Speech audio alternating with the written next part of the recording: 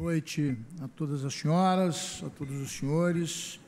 Cumprimento o excelentíssimo senhor presidente da República, Michel Temer. Na sua pessoa, estendo um cumprimento a todos os membros do Poder Executivo. Cumprimento a excelentíssima senhora presidente do Supremo Tribunal Federal e do Conselho Nacional de Justiça, ministra Carmen Lúcia.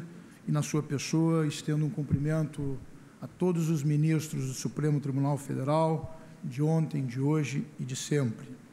Excelentíssimo senhor presidente do Tribunal Superior Eleitoral, ministro Luiz Fux, na pessoa de quem cumprimento todos os membros do Poder Judiciário.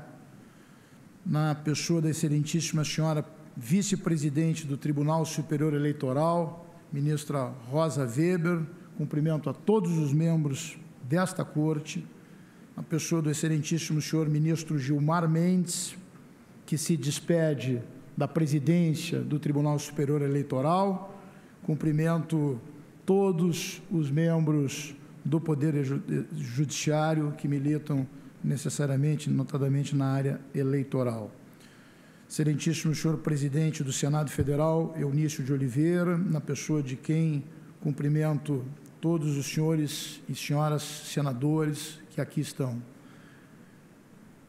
Na pessoa do deputado federal, primeiro vice-presidente da Câmara dos Deputados, Fábio Ramalho, cumprimento todos os deputados federais e todos os membros do Legislativo.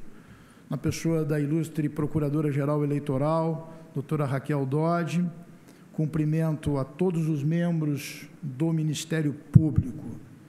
Cumprimento mais uma vez todas as autoridades que já foram aqui devidamente citadas, todos os advogados e advogadas, senhoras e senhores.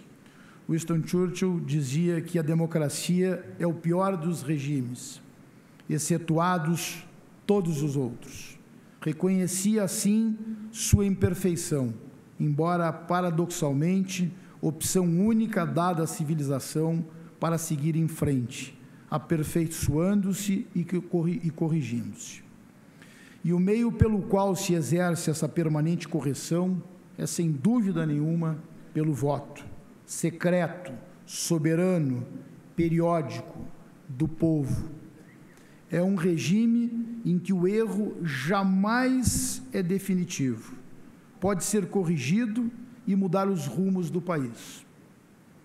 Essa simples possibilidade, que não é utópica, é real, é concreta, precisa ser exercida por todos nós.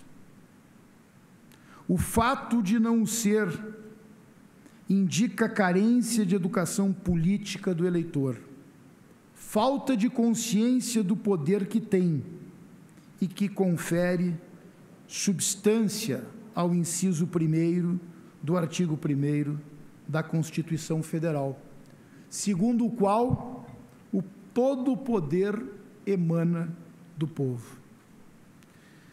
Se tem o poder e não exerce, torna-o inócuo.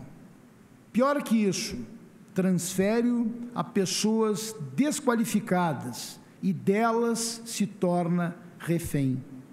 Daí o dito que sustentamos e não nos cansamos de repetir: voto não tem preço, voto tem consequência. E elas, as consequências, estão exatamente aí nas nossas vidas. Aliás, a consequência de uma escolha mal feita é exatamente esta crise ética e moral sem precedentes que vemos na República. Temos testemunhado, nos últimos anos, o desencanto da sociedade brasileira com seus representantes. A reação às denúncias de corrupção é cada vez mais intensa, mais dramática, mas a responsabilidade pela degradação da política não pode ser atribuída apenas aos eleitos, embora lhes caiba responsabilidade diferenciada, mas também a quem os elegeu. Governaram com os votos da maioria, não chegaram lá do nada, receberam um mandato do povo.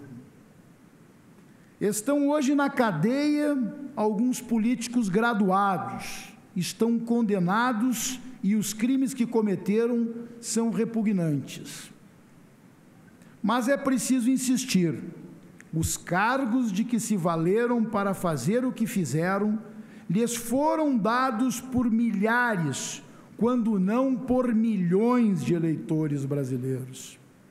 Eleitos e reeleitos foram postos ali pelo eleitor em votação secreta, por livre e espontânea vontade.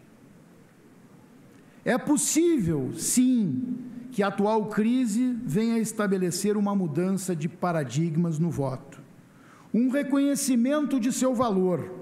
As crises, todos nós sabemos, têm a natureza purificadora.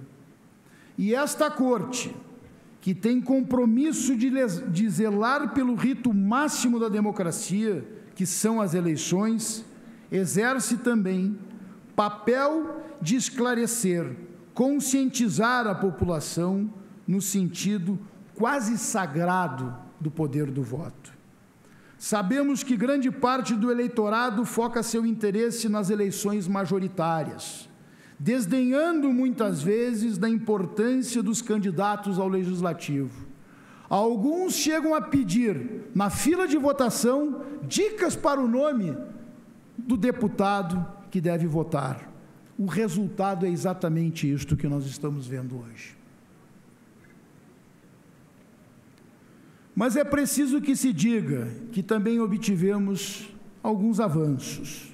Um deles que reputo de importância expressiva, e é sem dúvida nenhuma, sim, de muita importância no momento atual, é a lei da ficha limpa, que permite uma triagem prévia ao eleitor, evitando que condenados em segunda instância possam se candidatar. Outra que destacaria é exatamente a proibição de financiamentos empresariais para partidos e políticos. Teremos sim, sem dúvida nenhuma, uma eleição que priorizará muito mais o debate, o diálogo e as ideias. E de quebra, ainda teremos as nossas cidades e os nossos estados varridos daquela poluição que muitas vezes vimos nestas campanhas que priorizam, sim, sempre o investimento econômico. As eleições deste ano, em face da magnitude da presente crise, será uma das mais importantes da história da República. No eleitorado percebem-se duas atitudes antagônicas, e temos que perceber isto, senhoras e senhores. De um lado, os que, descrentes, estão determinados a abster-se. De outro, os que, inversamente, estão determinados a agir, a influir na mudança de rumos do país. A maioria, felizmente, é proativa, mas não podemos descuidar do desencanto desta minoria que aí está. Precisamos incentivá-la a crer na eficácia corretiva da democracia, que, como nos advertiu Churchill, é o que temos para um dia torná-la o que dela disse Aristóteles, a mais nobre das atividades humanas. Que assim seja. Estamos certos que a justiça eleitoral, conduzida neste triênio, de forma competente e dedicada pelo ministro Gilmar Mendes, continuará, sem dúvida nenhuma, em excelentes mãos com o ministro que o sucede, Luiz Fux, e a ministra, sua vice-presidente, Rosa Weber. Por meio de ambos, cumprimento os demais integrantes desta corte, os que se despedem e os que chegam, desejando a ambos muito sucesso nesta nova trajetória. A missão que os aguarda é, sem dúvida nenhuma, de imensa responsabilidade. E, desde já, os olhos e as expectativas da sociedade estão postos aqui, nesta corte, que é a guardiã da democracia brasileira.